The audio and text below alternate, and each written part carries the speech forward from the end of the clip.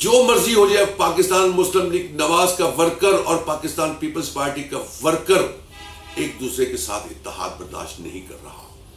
وہ اپنے قائد کو ان لیڈران کے ساتھ زمین پہ بیٹھ کے تالیاں بجاتے ہوئے برداشت نہیں کر رہا.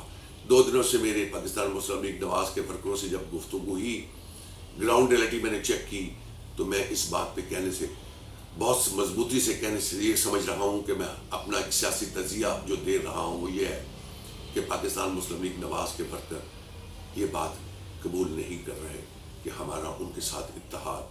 30 سال سے ہم یہ بات کرتے رہے کہ پیٹ پھاڑ کر نکالوں گا. انہوں نے ملک کو بیچا ہے. پیپلز پارٹی نے، پاکستان مسلم لیگ نواز اور ان کے قائد میاں نواز شریف صاحب یہی کہتے رہے، میاں شہباز شریف صاحب یہی کہتے رہے کہ انہوں نے ملک بیچا ہے، ان کو نہیں چھوڑیں گے، ان کا پیٹ پھاڑ کر ہم ان سے پیسے نکالیں گے. دیکھیے بات یہ ہے کہ اس وقت پی ڈی ایم میں جتنی جماعتیں ہیں ان سب کا سیاسی منشور الگ الگ ہے. کیا ایک چھتری کے تلے یہ سیاست کرنا چاہتے ہیں، یا تو یہ فیصلہ کر لے کہ آنے والے الیکشن میں یہ یونائٹڈ ہو کے ایک ہی نشان کے ساتھ الیکشن لڑیں گے، تب تو یہ پی ٹی آئی کے ساتھ مقابلہ کر سکیں گے، جبکہ منشور ان کا الگ ہے. زرداری صاحب تقریر کرتے ہیں تو وہ کہتے ہیں کہ جو ہم نے دیا وہ ماضی میں کوئی حکومت نہیں دے سکی. مریم نواز صاحبہ جب تقریر کرتی ہیں جلسے میں تو وہ کہتی ہیں جو پاکستان مسلم لیگ نے دیا کوئی نہیں دے سکتا. تو مراد یہ ہے یہ کیسی سیاست ہو رہی ہے؟ یہ سیاست نہیں، میں سمجھ رہا ہوں یہ جگلری ہے، یہ ایک بے وقوف بنانے والی بات ہے. بات یہ ہے کہ اب جو آصف علی زرداری صاحب سیاست کھیل رہے ہیں وہ آپ سے شیئر کر رہا ہوں کہ پی ڈی ایم کو وہ مکمل طور پہ ہائی جیک کر چکے ہیں. جو سیاسی بریکنگ نیوز میں سیاست کے لحاظ سے آپ سے شیئر کرنا چاہ رہا ہوں کہ آنے والے دنوں میں پی ڈی ایم کی صدارت پیپلز پارٹی کے حوالے کی جا رہی ہے اور مولانا صاحب کو بائی بائی کہہ دیا گیا ہے. چونکہ مولانا صاحب کی پارٹی میں پارٹی اے اور پارٹی بی بن چکی ہوئی ہے، لہٰذا مولانا صاحب کے لیے فیوچر ان کا بھی مجھے ڈارک نظر آنا شروع ہو گیا ہے. ان کے جو ساتھی اور جو کٹ وہ کرتے تھے، اجتماع اسٹوڈنٹس کا کرتے تھے، جو ان کے سیاسی مدرسے چلانے والے حضرات ہیں، ان میں بھی اب 2 پارٹیاں بن گئی ہے. لہٰذا مولانا صاحب کا کٹ کرنا بھی بڑا مشکل ہو گیا ہے. عزیز دوستو، فائدہ تو پیپلز پارٹی میں سمجھ رہا ہوں اس سے حاصل کرے گی. پنجاب میں پیپلز پارٹی بہت دور دور تھی، لیکن جو ابھی زرداری صاحب نے سیاست میں ایک گیم چلائی ہے اس سے پنجاب میں بھی ان کی انٹری آسان ہو جائے گی اور الٹیمیٹلی اس کا نقصان مسلم لیگ نواز کو ہوگا. اور جو باتیں کرتے ہیں جن سے ہم نے بات نہیں کرنی، یا یہ میں آپ سے اپنا سیاسی تجزیہ شیئر کر رہا ہوں، پیپلز پارٹی کو ان سے گرین سگنل مل رہا ہے چونکہ سیاست کے مداری ہیں، کھیلنا جانتے ہیں، مجمع لگانا جانتے ہیں، ڈیل کرنا جانتے ہیں. آج جو میں نے آپ سے اپنا سیاسی تجزیہ شیئر کیا ہے، آنے والے دنوں میں بھی آپ اسی تجزیے کو مد نظر رکھتے ہوئے نیشنل ٹی وی سے بریکنگ نیوز سنیں گے کہ پی ڈی ایم کی صدارت پیپلز پارٹی کے پاس آ گئی، اور پھر دوسری طرف مریم صاحبہ بھی اس بات کا گرا کریں گی کہ میرے ساتھ بھی زیادتی ہو گئی. میں آج دونوں پارٹیوں کے ورکروں کو کہنا چاہتا ہوں کہ ہوش کے ناخن لیجیے اور دیکھیے کہ سیاست کس طرف جا رہی ہے.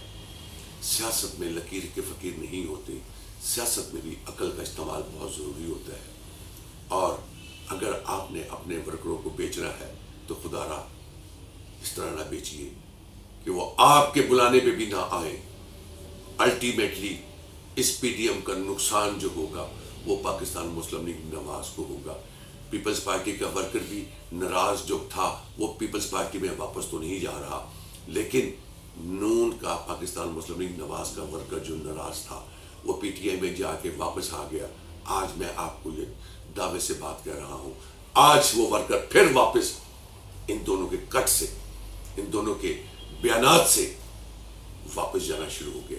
اور دوسری طرف جب عمران خان اور پی ٹی آئی کی بات کی جائے تو دیکھیے آپ کوئی انڈین میڈیا دیکھ لیجئے تو اس میں بھی عمران خان کا تذکرہ چل رہا ہے، پاکستانی میڈیا دیکھ لیجئے اس میں بھی عمران خان کا تذکرہ چل رہا ہے، سوشل میڈیا دیکھ لیجئے اس میں بھی عمران خان ہے، مغربی میڈیا دیکھ لیجئے تو اس میں بھی عمران خان کو ہی ڈسکس کیا جا رہا ہے. ایون کہ ساری دنیا کے میڈیا میں جب پاکستان کی بات آتی ہے تو ظاہر ہے حکومت ہے، اور حکومت میں عمران خان ہے تو اس کا ذکر چل رہا ہے. اور وہ لوگ، میں حیران ہوں ان لوگوں پہ جو کہتے ہیں کہ عمران کو سیاست نہیں آتی.